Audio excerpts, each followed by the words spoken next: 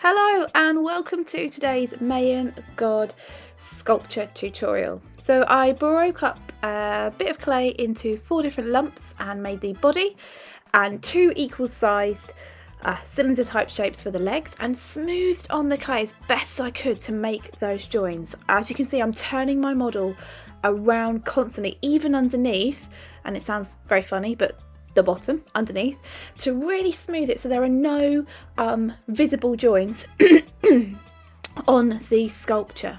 Okay, you can see I thought, wow, the legs are a bit chunky, and that is where your sculpting skills will come in. You need to remove clay, add more clay, change the shape, bend it, use your finger and thumbs to do that and blend it together. So I rolled out 2 more pieces and added the arms, and I smoothed out the joints. I made sure that the shoulders were the same width as the hips and the legs so that the shoulders don't look too narrow, because we want proportion.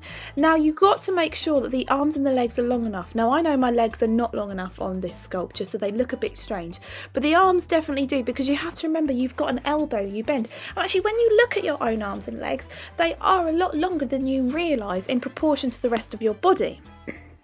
So it's really important that you're getting those proportions correct.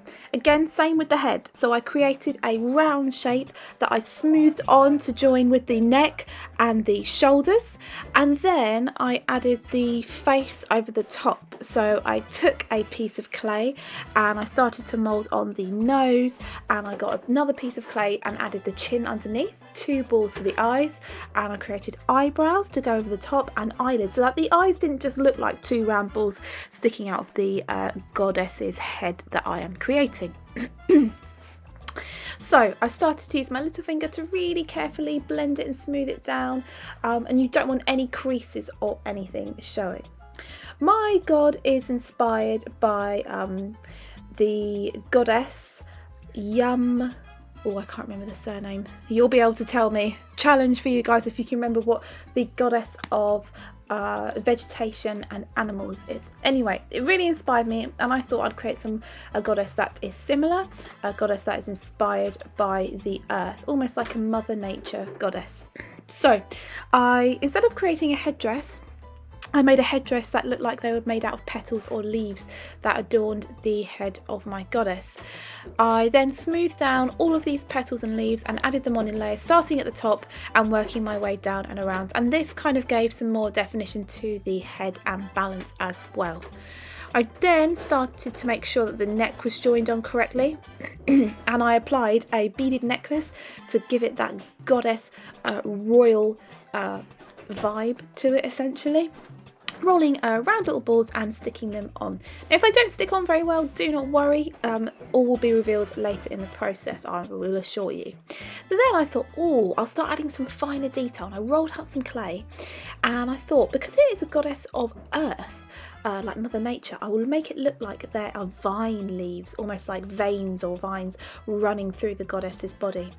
And this is something you can consider as you are making it. If there's something new you want to add to your design, totally add it. Okay, don't think just because you haven't drawn it you can't add it in. Then I used a pen to define the nose and the mouth. I didn't really like how the mouth was looking, so I then smooshed it out and just left it kind of like a smooth mouth and chin. But I did need the eyes to have definition, so I used a pen to prod in little holes for the eyes. Now this is a super fun part, smoothing it out. So you know when I said, oh, do not worry if it's not sticking too well, all of your finer details are just kind of feel a little bit loose. This is when you can really work with the clay and get it to stick together.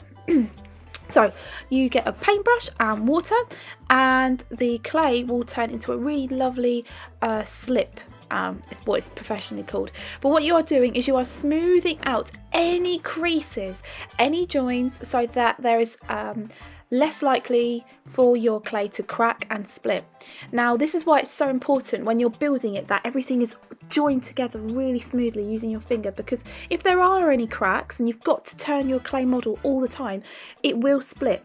So this process right at the end will hopefully stop it from splitting, and it will give your sculpture an overall really nice, smooth, polished and finished look.